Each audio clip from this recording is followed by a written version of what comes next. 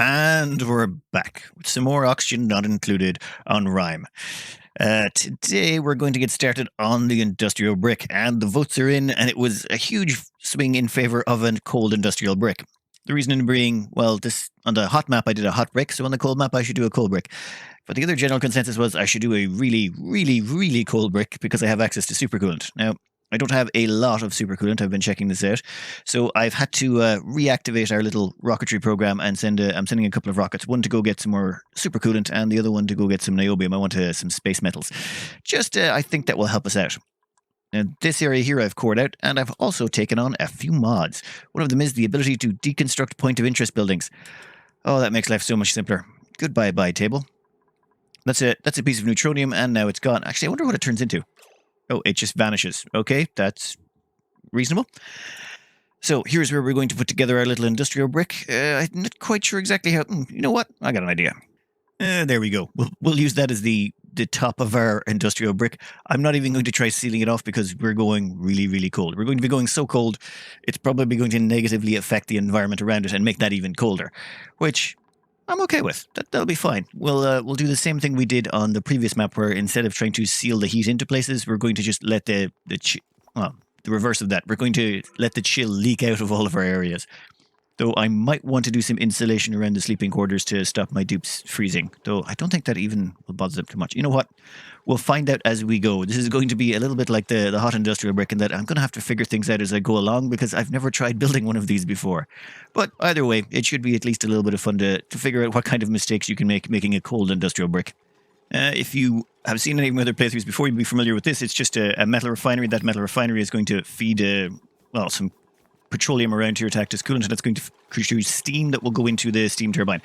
It'll become clearer as time progresses. However, we're going to have to seal in this whole area as well with ceramic, so we'll just put that along there. Oh, I've turned this entire place into ladder chunks. The reason for that is all the debris falls down. No sweeping. I don't have to bother sweeping because sweeping is, it's just an annoyance and it takes too long, and it's very inefficient. Just let the stuff fall to the ground. We can worry about it later once we've got to perfect sustainability. Oh, printables. Fried mushrooms, you know what? I don't think so. That would just get in the way of the barbecue. Which reminds me, I'm going to need a new food source as well. So for food, I was thinking, where is it? I've cored out an area up here, and I'm thinking about putting in a wild sleet wheat farm. I've got some sleet wheat that I found over here in the top left, and I'm going to use that and some pips to maybe plant some sleet wheat over there. But for the time being, let's just get some refined metal started and get the basis of this brick down. Another mod I've installed is the blueprint mod. So I can do something like this, let's say, and call this refinery test. And then we just go into blueprints and boom. Copy paste it is. We'll put one there, one there, one there, and one there. Very quick way to place down 5 of these, putting everything exactly where I want it without too much effort. I very much like this mod. It just helps you with little things like this when you're doing these sort of constructions. I'm not sure if it's going to be hugely helpful for some of the things I get up to, but I'm not going to complain. Anything to make my make it easier for me, I'm all for. You know what? Let's maybe do that instead. Yeah, that'll be better. We're going to need a liquid lock in here because this entire room is going to be full of steam, and because it's going to be full of steam, I don't want the heat for that leaking out into the rest of the map. So we're going to double liquid lock this sucker, just because we can. Ooh, I left just enough space. I honestly didn't check that beforehand. I just sort of eyeballed it. That's just about tight enough. Perfect. We'll stick some petroleum there and we'll have a double liquid lock, and that will give us, once we vacuum this area out, we'll have this filled with nothing but steam. This is now starting to look a bit more like an industrial brick. This here will be the steam room. This is where all the heat is going to be. This is where all the heat generated by the metal refineries is going to get dumped, and this is where all the heat from our cooling source is going to get dumped. I've even given our cooling source its own steam turbine. Normally I would have just dumped it in somewhere around here and these 5 just to handle the excess.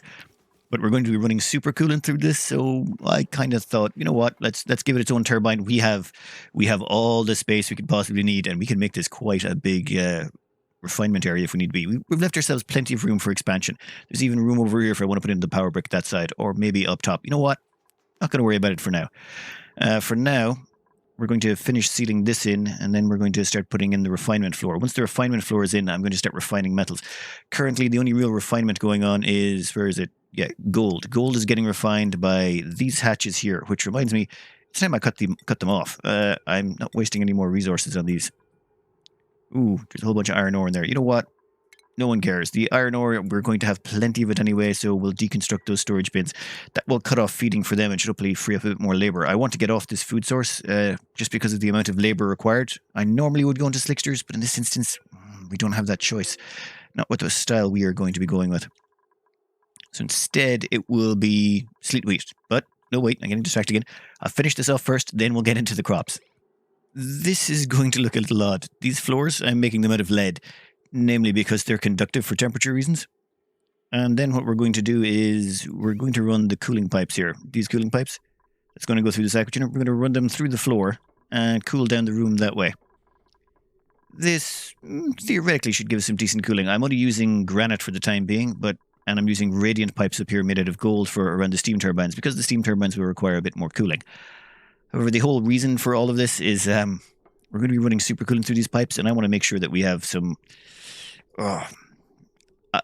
if we cool it down enough, all the carbon dioxide should liquefy, I assume, and all the chlorine, and we should only be left with oxygen and hydrogen in the room.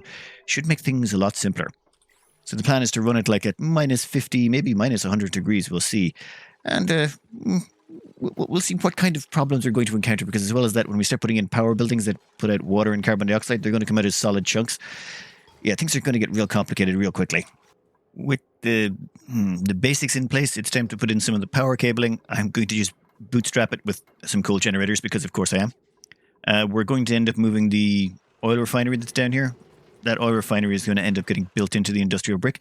I just haven't decided yet quite what floor I'm going to put it on.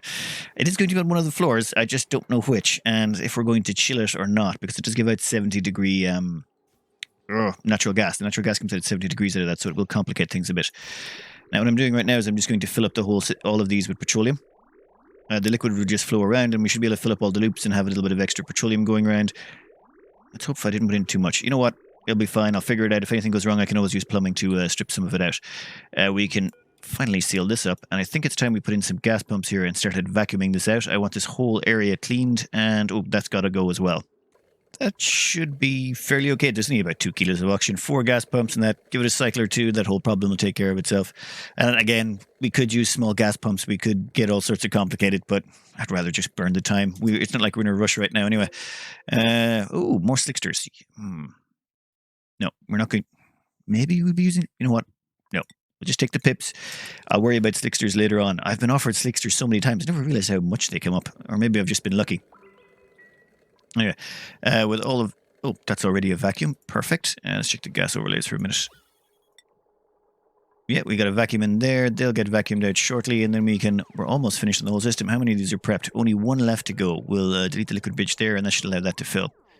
Oh, and yeah, we'll use some plumbing to remove the excess. But yeah, looking good. We're starting to get ready. Once this is up and running, we can start using this to refine metal, which will... Well, I want to get some tungsten going on, which will allow me to make wolframite. We've managed to acquire some of the rarer industrial ingredients, or is it rare resources? So you've got some niobium. We can combine that with tungsten to make thermium, break some of that down to make more niobium, and then just turn all of our wolframite into effectively thermium, which is the best metal for making anything out of. Not quite sure what we're going to do with it yet, but probably a petroleum boiler will be on the cards just for fun. But anyway, yeah, we'll skip this forward a bit while I finish tidying this up a bit. Vacuum created. Also a mess when I deconstructed all the junk in there, but to be expected. Now what we want to do is get some supercoolant in here, and we want to start filling up the system. Yeah. Let's get all the supercoolant in there, and then I'm going to dump it onto this cooling loop, which is going to go around and around and around. Oh, and the temperature control for it is over here. Now, if the temperature is above, say, minus 100, yeah, that'll do. The temperature is above negative 100 degrees Celsius, that will turn on the aquatuner, and the aquatuner should chill down it and, well, dump it around and around and around. Do I have enough? I think so. I haven't actually done the calculations, but close enough. We should be fine. There. We're going to make you sweep only. And then we're going to sweep all this junk up and get it out of the way with, just because, well, you can't leave that stuff lying around. It's just not nice. And the system starts to fill. Now, it'll only do it 400 kilos at a time, but I think we have just about enough to make this work right. This is just a standard issue cooling loop. Well, semi-standard, I suppose. Most normal cooling loops don't go to negative 100 for an industrial brick. But the general principles all remain the same. The only difference is the temperature. We're going to rotate this loop around and around and around here. This is going to cool down everything in those areas. Not in here. This here, it's insulated pipes, just so it gets through to the aqua tuner. But when this liquid goes through this tank, it's supposed to even out the temperature. It's not going to do it so well at the moment, and oh, yeah, maybe I should, yeah, turn that off for a minute while I put in some cooling. Yep, cooling, very important. First thing we're going to do is we're going to dump into some petroleum. Now, you may be wondering why we're putting petroleum in here. Ooh, you know what? Let's just do it with a... Let's do it the old-fashioned way. I don't need these at all. I've got a pipe of petroleum just around here somewhere already. Where is it? Yeah, there we go. A little bit of petroleum in here. We want to put in a layer of petroleum all along the bottom. Tony Advanced Oni, he was doing some testing. He discovered that there's a heat deletion bug to do with steam turbines. So what happens is when you're doing a normal steam turbine heat deletion device, all you do is you normally just dump the water down into the area where you're going to be dumping the heat. That water gets flashed to steam by whatever heat is in there and then goes right back up into the steam turbine. However, when you dumped water into a steam room, when it hit the tiles and flashed, some of the heat was deleted because it was displacing steam and some of the mechanics were causing problems. So what was discovered was if you have a layer of, say, liquid along the bottom, like petroleum, and you put the water inside the petroleum gets pushed out of the way, but nothing will get deleted. No steam will be deleted, no heat will be deleted, everything will be preserved. So just having a thin layer of petroleum on the bottom of your steam turbine room and then making sure that all of the liquids from your steam turbine outputs go into it just means you don't lose any of that potential heat energy, which we could be turning into electricity, which I would like to recycle as much as possible of. Of course, I messed up. It wouldn't be a video if I hadn't messed up something. I deleted the aqua tuner because I knew it was going to be too hot and it would flash the petroleum into sour gas. Then I made the mistake of leaving that 1,000 degree steel just sitting there on the ground. Okay, that means I've got to vacuum out the whole place again. Not this place, but this place has got to be vacuumed out. Oopsie. Never mind, you don't need to see this. Just I'm going to stick in some gas pumps and do this whole mess again. That should hopefully get rid of all that sour gas. There's not an enormous amount of it, but I'm going to dump it all into this gas tank. I don't want that stuff. I shouldn't be releasing that stuff into the environment. And wow, okay, there's more than I thought there. I may have to put in a second gas tank to store all of my mistake. And maybe a third at this rate. No, we're starting to get down to reasonable amounts now. Well, that's really unusual. Error occurred. Please restart game. Yeah, I think that might be because my rocket came back. This one here. No, actually, that might have been back a while. We should probably dig that out. Has Bane returned? I believe Bane has returned. Have they not? Bane, you can get out now. Welcome home. We should probably seal this all back up again just because we're not going to be launching that rocket. That's as is. I'm going to restart the game now, I think. I think that might be a good idea. Though we've made some good progress, but I still have a lot more to go. A quick restart later, and okay, well, yes, I also went to work and did a few other things. I got distracted by life, of course. But we're back, and everything here is, normal. The error's gone away, and everything seems to be functioning, which is good, because that would have been bad if the game had have crashed out there. Down here, of course, I have made more mistakes. Yeah, I have overfilled the supercoolant tank, and now I have supercoolant just leaking everywhere. It is a horrific mess. Just a nightmare. Oh, there's more supercoolant down there, and no, that's water, is it? Yeah, that's water on top, but there's little blobs of supercoolant down there. Yeah, I'll take care of this. It'll just be a quick mop-up job, and hopefully all of this will be fine. Most of the cleanup is done. We're sort of back on schedule just about. So all the supercoolant will get dumped in there, and it's getting sent around this cooling loop, which we haven't actually turned on yet. The aqua tuner's been left off just for now. We need to put in some steam in here so that this can absorb the heat, and it's going to have to absorb a lot of heat. And by a lot of heat, I mean, if you put in a small amount, this question's come up before, if you only put in a small amount of water in here, well, you're going to end up with a problem. A small amount of water means that when the heat comes through from these machines, it'll get dumped into that liquid. That liquid will heat rapidly to a hugely high temperature, and then that will spike the temperature in this entire room very quickly. However, the more mass you have in there, the more energy you have to dump into it to raise the temperature, and you end up with a more stable, slow burn of a system, which is what we're aiming for. So instead, I'm just going to dump in a whole bunch of temperature shift plates there, all made out of ice.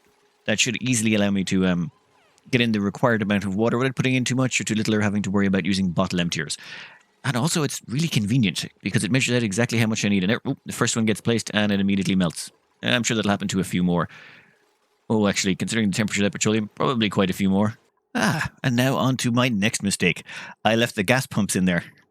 So the moment that water touched the aqua over here, which is still pretty hot, or this area, the water flashed to steam. The steam got pumped up in the gas pumps, and the gas pumps tried to pump it out, and it immediately broke in the pipes, because of course it did. Right, so we'll just delete those. And yeah, the gas pumps as well, and that should stop any more steam from being evacuated. Did any steam get into here? Oh, we've actually got steam in this gas reservoir. Well, that's not going to last very long. Oh, well. Yes, we'll just finish this off, and then I'll tidy up my mess. Like I said, this is first time building an ultra-cold industrial brick. Normally, you don't build an ultra-cold industrial brick. The reason being you don't have supercoolant when you start putting one together.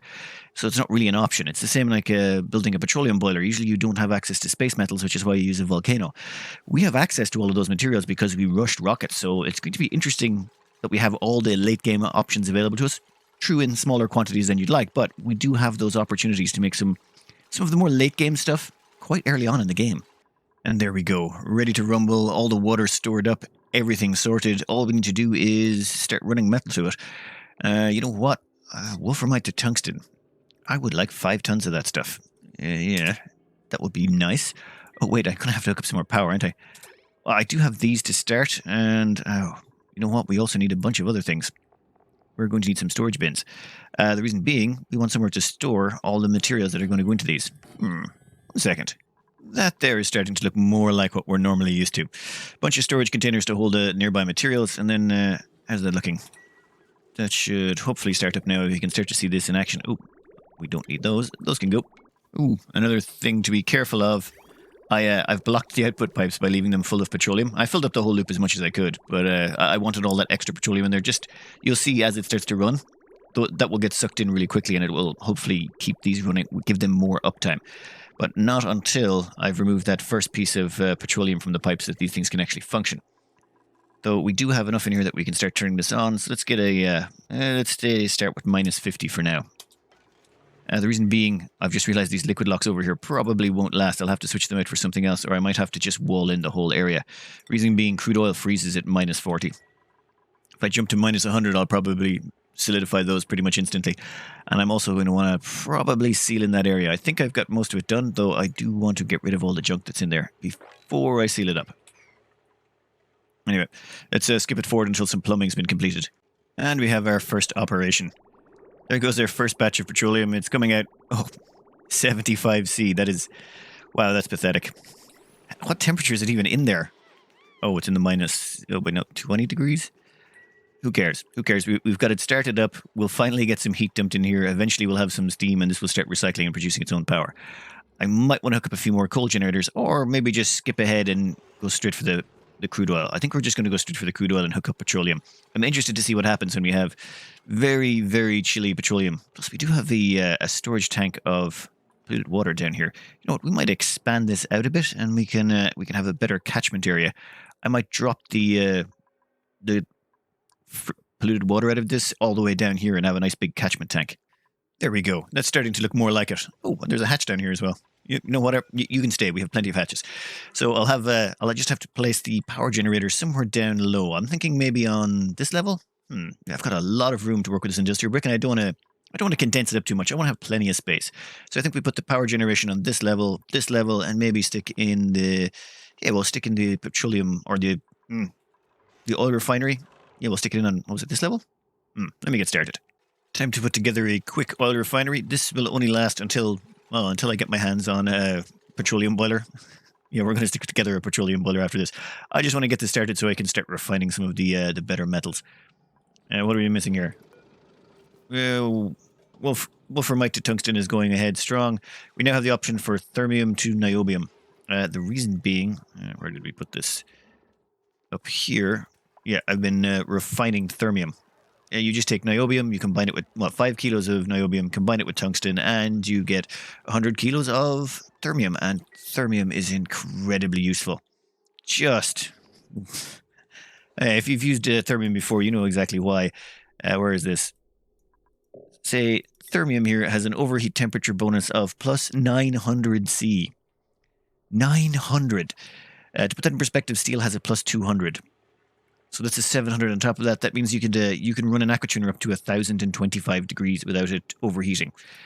Yes, you can make some incredibly hot devices. Oh, you know what? We're going to want to put in petroleum for this, I think.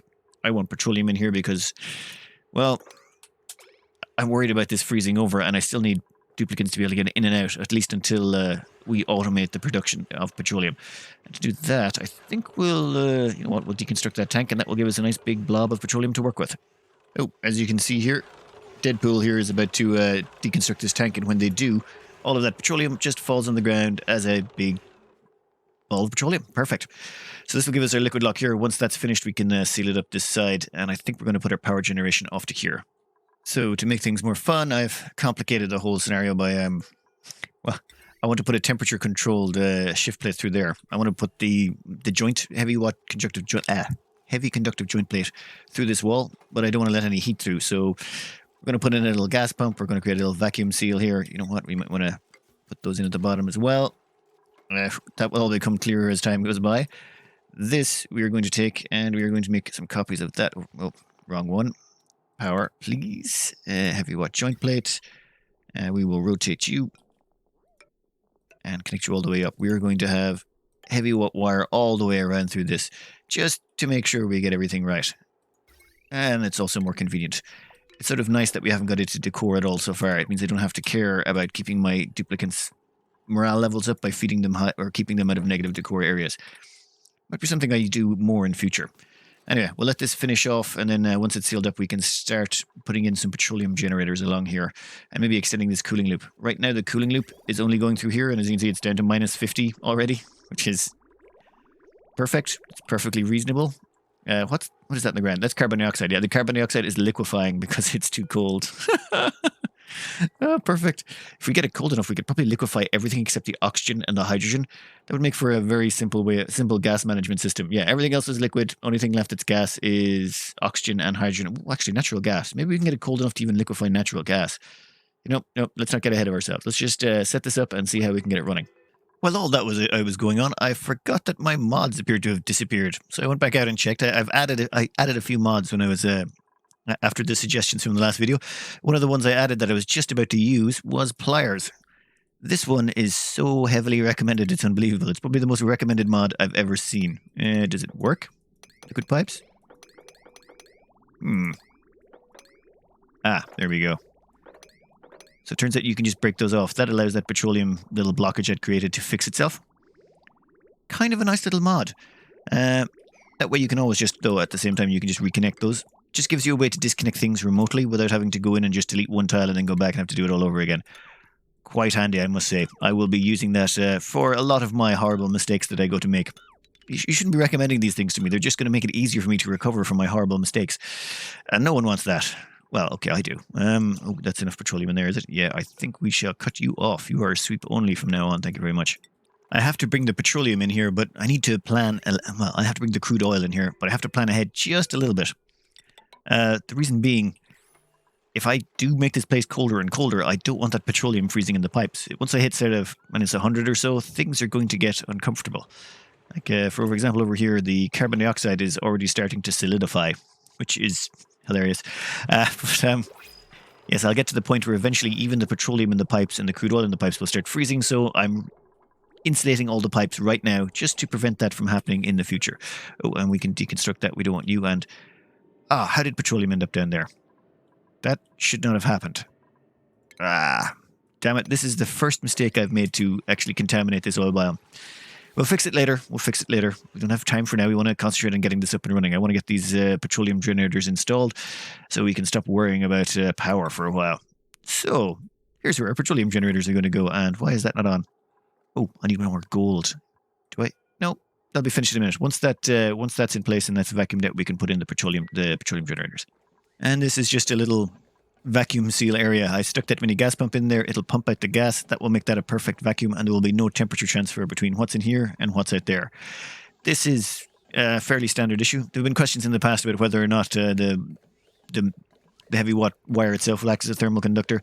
No. I mean, this heavy watt joint plate will conduct temperature into the heavy watt that's right there. But that's it. It can't get any further. It's treated the same as temperature shift plates. If you have two temperature shift plates touching, say, like so, those two temperature shift plates will exchange temperature. But if you put a third one here, what will happen is this will transfer temperature into this, but this cannot transfer temperature to the next one. Or where's the other end? Oh, no, wait. Yes, that will transfer temperature to that medium, and then that medium can transfer it to the temperature shift plates. It's just one of the joys of the game. So that will give us a perfect insulator between there, just to prevent this. Going to be some 70-degree stuff in here, and I don't want that getting out. Now, is that already hooked up? Oh, you know what? We want to disable that just for now. I don't want any natural gas coming out of there just yet, so we'll disable that for now, and then we'll get it started in a minute. After messing around with the piping for a bit, I'm finally emptying out this storage tank, and it's going to go into storage over here, which means we can now start turning this on. Well, actually, no, not quite yet. Once this area is vacuumed out, then we can turn this on. We can start putting in the power. For power, we're going to be going with petroleum generators. We only need 3 to start because we'll only be able to support about 2.5. No, too close to there. Yep. 3 of those. They're all made out of steel. I want steel because it has good thermal conductivity. We want to chill these down as cold as we possibly can. I'm also going to want to probably put mesh tiles beneath them, but that is for a minute. We also want power. I want battery storage built into the system. So for battery storage, well, the great thing is we're going super cold. We don't have to worry about using expensive metals. We can just use lead. So say, let's put in some lead batteries and make a lead battery floor. Oh, come on, game, don't lag like that on me. There we go. That should provide plenty of backup battery power. Which reminds me, okay, that carbon dioxide is not freezing as much as I would like it to. You know what? Let's maybe turn the temperature down a little bit more. What's that at the moment?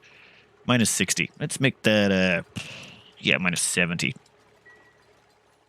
There we go. Some of it's already starting to freeze, but there we got some chlorine over there that's starting to liquefy. This is really going to make it easier to deal with gases. We'll be left with nothing but oxygen and hydrogen and natural gas. Or anything else? I think that's the only 3. Yeah, this could work out quite well. Anyway, right, I'll skip this forward a bit until this is ready to be turned on because, seriously, how much gas is there left in there? There can't be that much. Give me a gas overlay look. We're at micrograms. We'll be out of there in half a cycle or so. So that's vacuumed out. The next thing we want to do, though, is we want to set up some gas storage for the natural gas that's going to come out of this. If the gas pressure here goes above 5 kilos, that's going to overpressurize. So a couple of quick grass reservoirs. We'll make them out of gold amalgam. We'll line up right about there. You know what? 3 tanks should be sufficient. Well, yeah, 3 should be fine. Actually, wait a minute. There we go. It looks a little bit more symmetrical, and I'll wall it in when it's finished. I don't even care if there's a little bit of heat in there. We're just going to dump in the gas, let it stay in there, and then I think we'll put in a bunch of natural gas generators along here. There's also a few natural gas geysers out there I should probably tap into, but for now, not going to worry about it. More power, yes. Natural gas, same thing again. Just make them out of steel. 3 to start, that should be more than plenty. And I've had to queue up a bunch of gold because I ran out.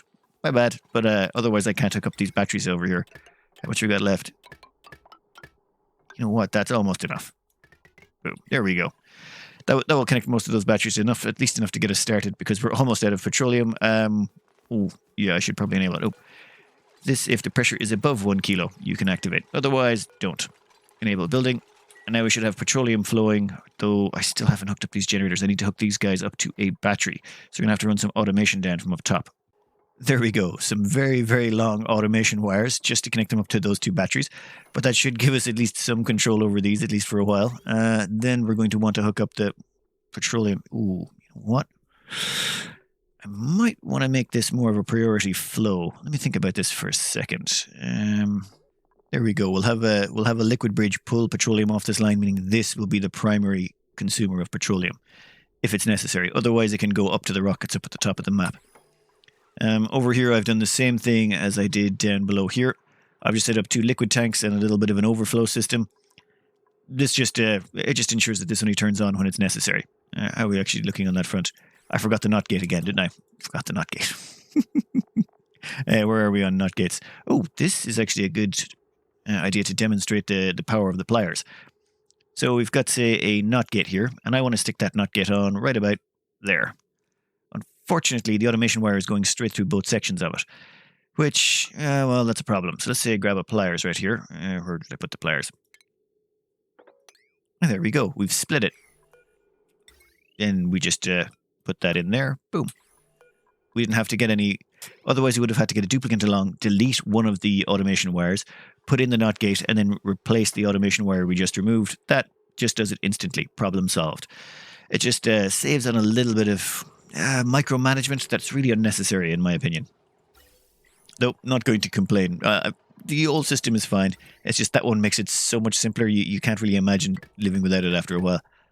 You know what? Let's just queue up. Let's just queue up all of that. Eventually, the gold will get ready for it anyway. So that gives us petroleum. That gives us that. The only thing we're missing then is let's get the plumbing in place. Boom. And that should be the end of that. We should then have all our power needs being resolved by this giant tank of crude oil down here. Though I'm probably going to want to get more crude oil at some point. For the time being, though, that should keep us going for several hundred cycles, if not more. Are we going? Ah, yes. Boom. Turns on and off as necessary. These are going to be set to... We're going to make petroleum the primary at, say, 9060. Actually, wait. Maybe make that 9080. Then we'll have the natural gas kick in if it goes down to, say, 70, 60, 60 to 70. Yeah, they'll be fine. That just means the natural gas will get stored unless we actually need it. Insulated gas pipes. Output pipe. No, input. Damn it, I'm going to have to do an output pipe as well. And this is going to get really weird. You know what? I think I'm just going to output the pipe into the room and then let the natural chill sort of destroy it. Oh, all that polluted water. Oh, yes, I forgot. The most fun part. We have to run the supercoolant loop from up here. What is that? Contents carbon dioxide? Oops. Okay. So, right. This will take a second to explain. You see those little pieces of carbon dioxide in there? That's because the cooling loop is so cold, it was liquefying the carbon dioxide. The carbon dioxide ended up dropping into here, and this pump is connected directly into the cooling loop. So any carbon dioxide that condensed here and turned into liquid got dumped into the system. Oops, I suppose, is the words I'm looking for. That's going to start breaking in the pipes in a bit. Has it already? You know what? Who cares? It's fine. It's just one of those little things you don't expect because you haven't planned this to do something this silly. Plumbing wise, I want to get that chill and I want to spread it out all across this area. Later on, we'll replace it with radiant pipes once we've got enough metal refinement and power for that metal refinement up and running. So let me just have a think about this for a second. So this is the idea I came up with. The supercoolant's going to come down here, cross down and along this pipe, go zigzagging all the way around before going back up again. Theoretically, we should have enough cooling in it to work. That carbon dioxide, though, that's going to become a problem. It's going to solidify in the pipe at some point, and I'm going to end up with carbon dioxide in here, I think. Maybe I should put in a filter. I could probably put in a filter now, and that would save me an awful lot of hassle. You know what? Quick filter now will save me an awful lot of hassle later, so let's do that. And here we go. I am filtering out the carbon dioxide out of the system, which is some silly thing I never thought I'd ever have to say about a cooling loop. Okay, that should hopefully get rid of all of it. They shouldn't stay in there too long. I'm just worried that some of it might get jammed in this tank for ages, but nope, it's grand. I've also have a lot of extra supercoolant in here. You'll notice it's 2.5 tons of supercoolant. Well, the reason I put in so much supercoolant early on was, well, I knew I was going to have to extend this loop. Once this loop is done, we should be able to freeze this entire area down and never have to worry about carbon dioxide or, well, any of that stuff ever again. We might have to put in some auto sweepers, but that we'll worry about later. I'm not too sure how we're going to do with this water down here, though. If I freeze these down to, say, negative 50 degrees, will the polluted water just come out as straight ice? I'll have to see. I've never tried. System is primed. All the carbon dioxide is removed. We have access to pliers. So now that we have access to pliers, let's just do this nice and quickly. Boom. Done. Did I put in enough supercoolant, though? I didn't count it out. I probably don't have enough. We'll see there as it drains down. Anyway, let's skip this forward just a wee bit and see how this works. Yes, it was as I feared. I do not have quite enough supercoolant to make this work. Yeah, the tank's about to run out there and we're not even back to the start. I need another few hundred kilos. But on the bright side, I think I do have some more kilos that I can put in there. Though, oh, yeah, the carbon dioxide is going to become a problem now. This stuff is ridiculous. You know what? Let's just put this at minus 150. Maybe it'll cause that carbon dioxide to just solidify and stop being a problem for us. That would be much more convenient. Then I can get back to putting supercoolant in here to deal with all of this annoying carbon dioxide that's liquefying and getting in the way of me putting in more supercoolant. I am just going to put in a liquid filter before I add the supercoolant in. That way this carbon dioxide can get filtered out, and hopefully I should be able to run the system without too much more hassle. Yes, because I want to get... I do want to get this stabilized. How much are we missing? Yeah, we only need like about 400 kilos more supercoolant should do that. Should be a dawdle once we get this up and running. Done. Whole loop filled. We now have a nice, chilly, super cooled area on the base. I'm going to have to install... Someone was recommending a temperature mod that allows you to get better temperature controls because, yeah, it's not really going to be able to cover the temperatures that we're going to be dealing with when we get in here. Ooh. The electrolyzer's warmed up quite nicely. That's always nice to see. Anyway, I think I'm going to have to cut it out here. I'm running out of time. I've got to get this compiled and uploaded. But I think next video we're going to be taking care of some of the some farming. I want to get switched off of barbecue. But of course, we'll expand this out a bit, and I'm going to have to start running some hotter materials through here. We now have enough power that we can start running all of these continuously. But that's next episode. For now, I hope you enjoyed this attempt at a super cooled industrial brick, and good luck.